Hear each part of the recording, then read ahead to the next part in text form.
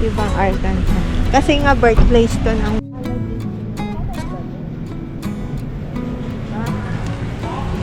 Cherub. Okay. So, titingin ako dito sa I think disadvantage sa apartment kasi all those little moments, the bus you didn't catch me looking over your shoulder, just at the right time. Those little moments all led me to you, only God knew. hello guys, so Sunday ngayon, ang date ba ngayon? November 2. 2. So Nag-ano na kami, fall back. Ibig sabihin, bumalik na yung oras ng 1 hour. ng 1 hour dito sa US. Ngayon, linggo, magising ba kami? Kita nyo, hindi na ako nagdadrive. Ayaw na niya ako pag-drive. Hindi marunong siya mag-drive. So, Ano lang kailangan kong masanay sa kalye kasi tama lang naman. So, ayun. Bumalik kami ng isa pang sasakyan para sa kanya. pamasok. Niya. Hindi brand new Second hand lang yun. Sobrang second hand. So, papakita ko mamaya pag yung oras. Kasi mamaya papalitan namin siya ng headlight. So, mamaya pakita ko din. Sabihin ko yung details kung paano namin nabili. Hindi ko kasi na-videohan din yung ano. Sobrang excited. So, ayun. Saan kayo pwedeng bumili ng ganun? Punta na kami sa church. Alright.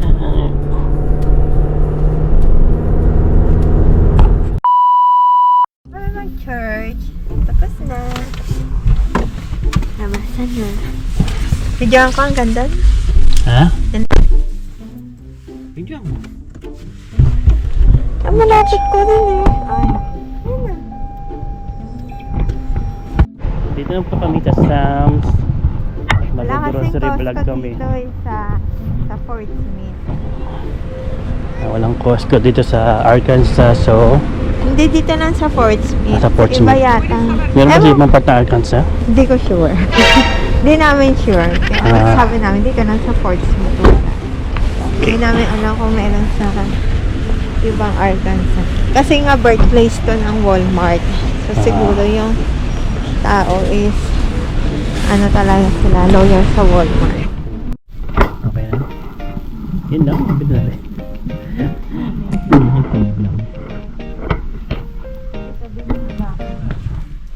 Ano yan?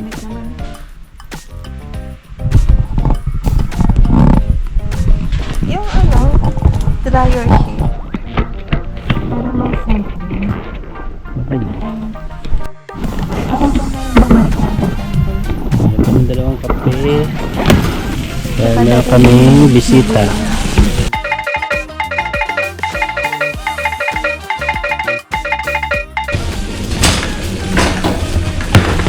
Yun yan.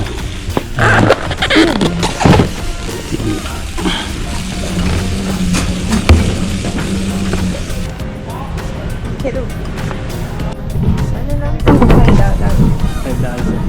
Mas gusto ko to kasi nakaano siya, nakasiwa-hiwala.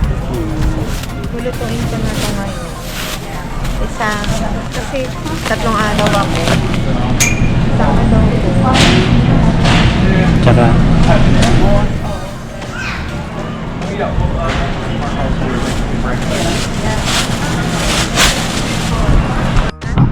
dito kami sa freezer ng lamig-lamig dito. Buti naka-jacket kami ngayon. Nakaraan wala kaming jacket na dala. Hindi kami makatagal dito.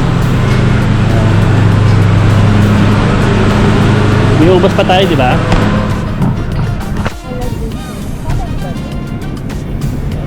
Salmon coke. Ito? Ito na yan. Yan lang? Tama na yan? Wonton roll. Wonton. Ano siya?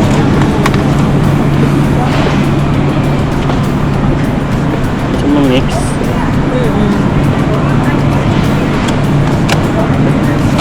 Korean barbecue. Ito. Sige. Ha? Parang hindi masarap. Pag gusto mo ito no lang. Yan. Yan, tempura siya. Gusto mo tarin niyo what? Yun.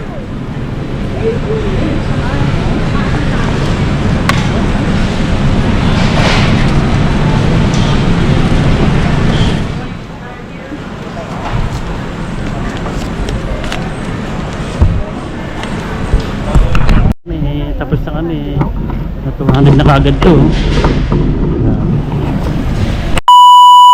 So, andito kami sa Walmart ngayon. So, ang gagawin namin, bibili kami ng magkikibang tubig yan. Then, bibili kami ng headlight ng sasakyan. Alright. So guys, bibili ako ng LED headlight ng sasakyan. So, titingin ako dito sa kanilang dito.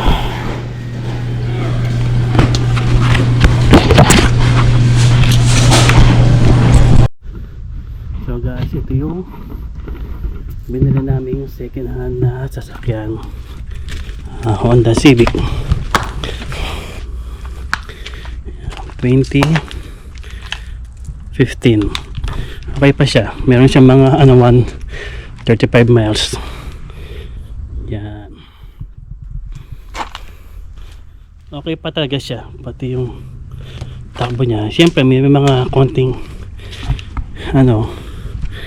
scratch, pero hindi namin, hindi importante sa amin. Mahalaga nakuha namin yung nakakuha kami ng Honda. So ganito yung price range niya. So may tint siya, tinanggal ko natin, iniwa ko ng konti para makita niya yung driving. So ngayon papalitan ko ng headlight. Papalitan ko ng headlight niya kasi headlight niya dilaw, so medyo malabo. Hindi malabo talaga, pero mas gusto ko yung maliwanag pa rin pa nag-drive si M. So ito yung binili kong headlight para sa kanya. So halika, try natin kabit natin. So dito dapat marunong kang mga basic na gagawin sa sasakyan. Nagpapalit ng headlight kasi hindi parang hindi sila sanay na parang pagtatawa na ka dito pag kahit headlight di ka marunong magpalit. So ito yung okay na sasakyan ko, medyo kita nyo okay pa siya. Medyo malinis pa. Hello guys, so mali yung nabili kong headlight para sa sasakyan. So ito, babalik tayo sa Walmart para palitan. So pag ganitong pala, ito na palitan ko na yung headlight.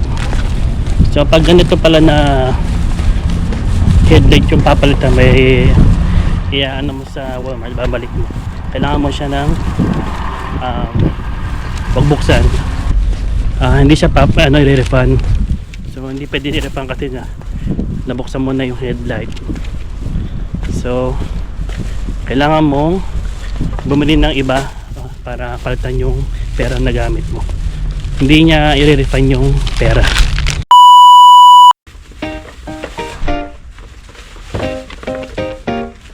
Hi Jimmy.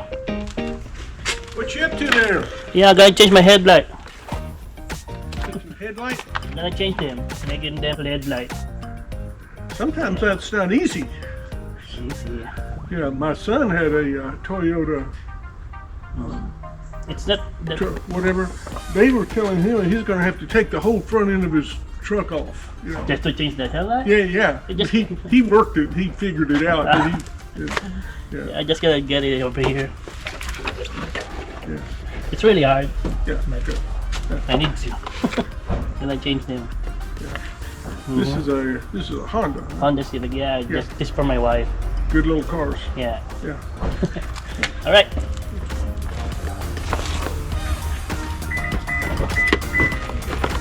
So ito, bumili ako ng headlight.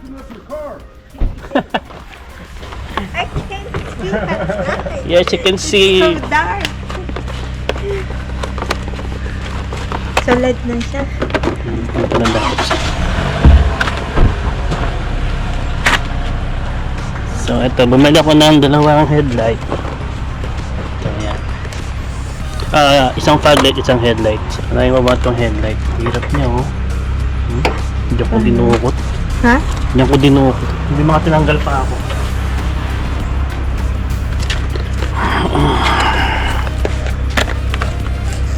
Ito siya. Ito yung headlight. Ito yung high beam. Ito yung high beam. Ito yung headlight.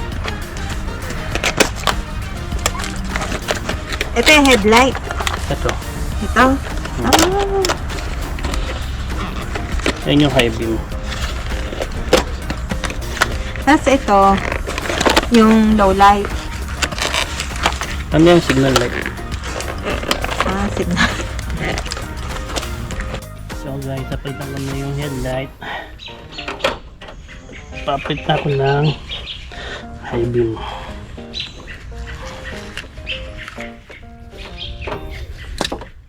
Grabe, alikabok na. Grabe, alikabok ko. So, luma na kasi ito eh. Hindi yung mga stock na siguro.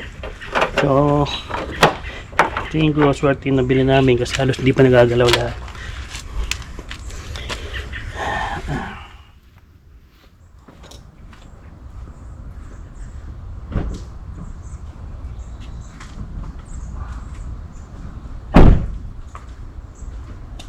Ito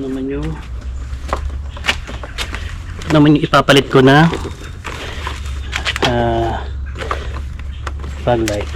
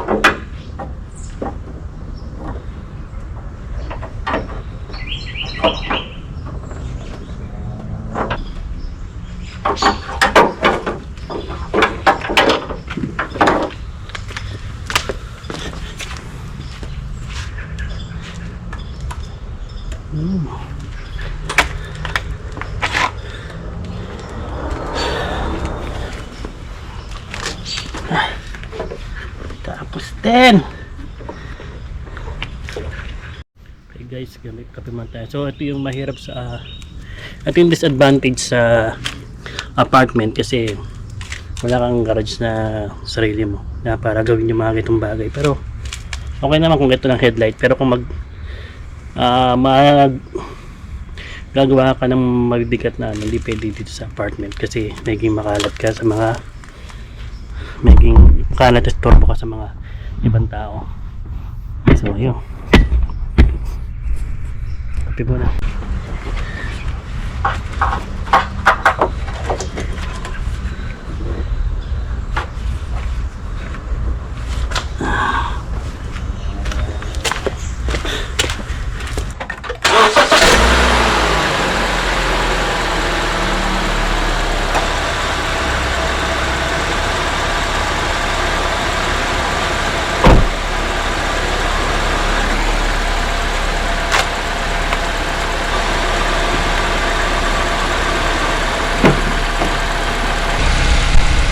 Alright guys, tapos na yung headlight. Tapos na yung pagpalit ko ng deadlight.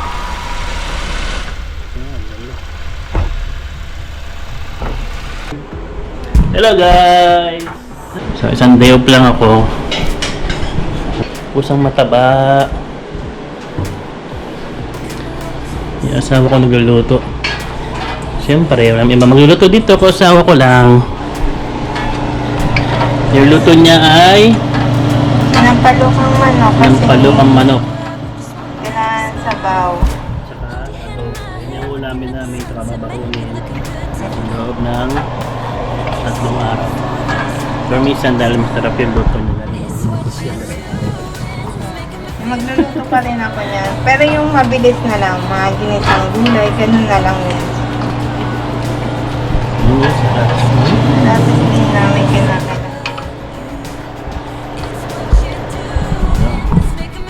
Okay guys, dito lang tapusin ang ating vlog. Salamat sa panonood. Huwag niyo makalimutan mag-share, subscribe, and like sa aming video. Bye! I'm going crazy for